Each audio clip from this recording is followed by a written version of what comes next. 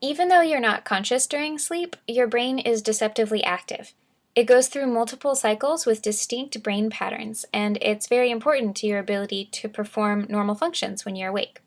You have four main stages of sleep, which occur in approximately 90-minute cycles during a normal night of sleep. The first three stages are all considered non-rapid eye movement, or non-REM, which I'm going to abbreviate as N1, N2, and N3. So N1 is the stage between sleep and wakefulness.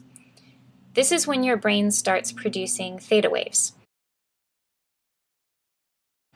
You might experience strange sensations known as hypnagogic hallucinations, which is kind of a fun name, but these can include hearing or seeing things that aren't there, such as seeing a flash of light, or a lot of people hear someone calling their name, or a phone ring, or doorbell, or something like that.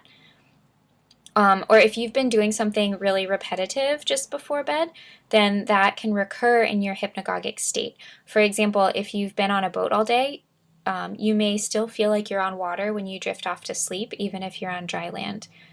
Or something that's actually called the Tetris effect. If you've been playing Tetris for a long time right before bed, then you might experience visual images of blocks or something all moving in the same direction, kind of like the blocks in the game.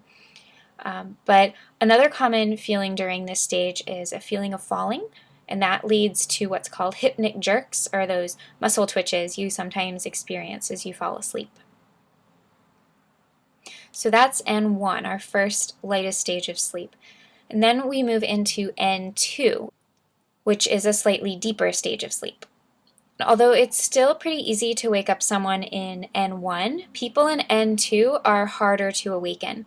We see more theta waves, as well as something called sleep spindles and K complexes. So sleep spindles are these bursts of rapid rhythmic brain activity, and there's a lot we don't know about the purpose of each sleep stage and the function of these brainwaves, but some researchers think that sleep spindles help inhibit certain cognitive processes or perceptions so that we maintain a tranquil state during sleep. For example, sleep spindles in some parts of the brain are associated with people's ability to sleep through loud noises. And K complexes are kind of similar, but they're a different type of brain activity that's also thought to suppress cortical arousal and keep you asleep, basically. They're also thought to help with sleep-based memory consolidation, which is the theory that some memories are transferred into your long-term memory during sleep.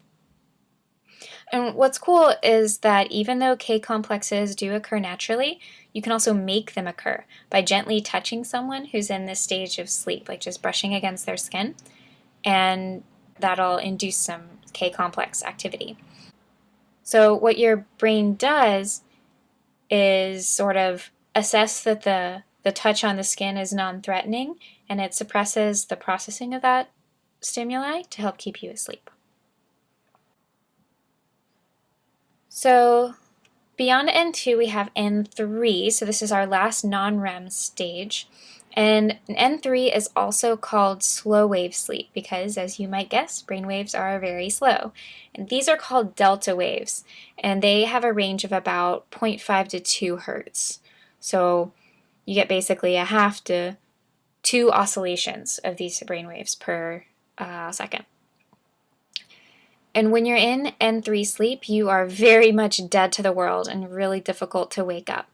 And if you walk or talk in your sleep, this is the stage where those things happen. So the last stage we need to talk about is REM sleep. REM stands for rapid eye movement, and that's because this stage is when your eyes move really rapidly beneath your lids. And also, most of your other muscles are paralyzed.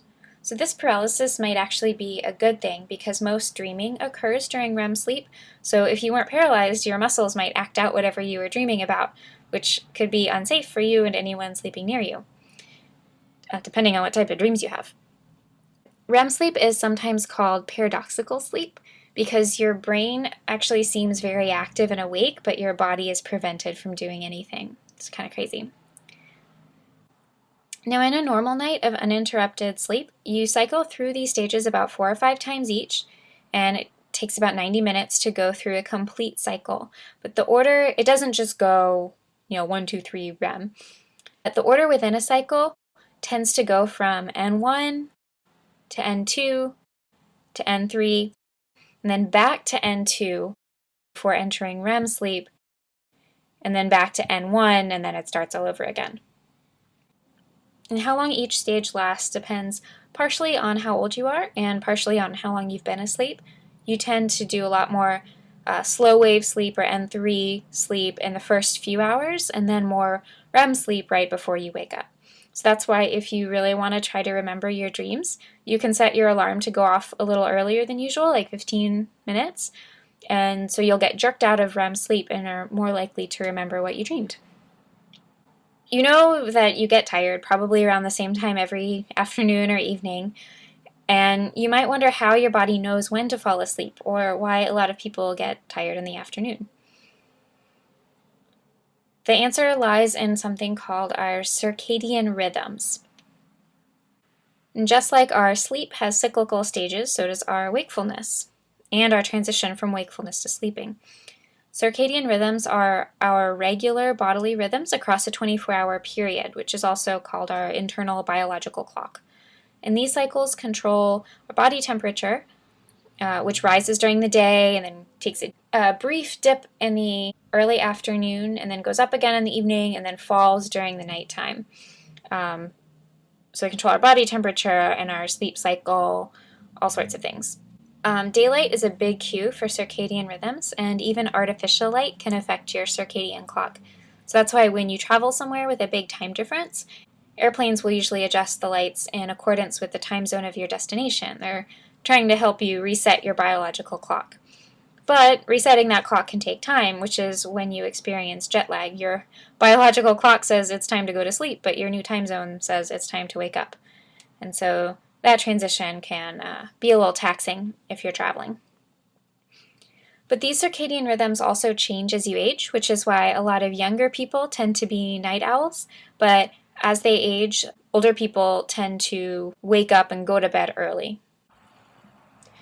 And your circadian rhythms can also prevent you from sleeping in when you want to sometimes. So maybe you get up every day at 6 a.m., Monday through Friday, and then Saturday you can finally sleep in, but you'll still wake up around 6 a.m. And that's because your internal biological clock has adjusted to you waking up at that time. So it regulates your metabolism, body temperature, sleep cycles so that you wake up at the same time.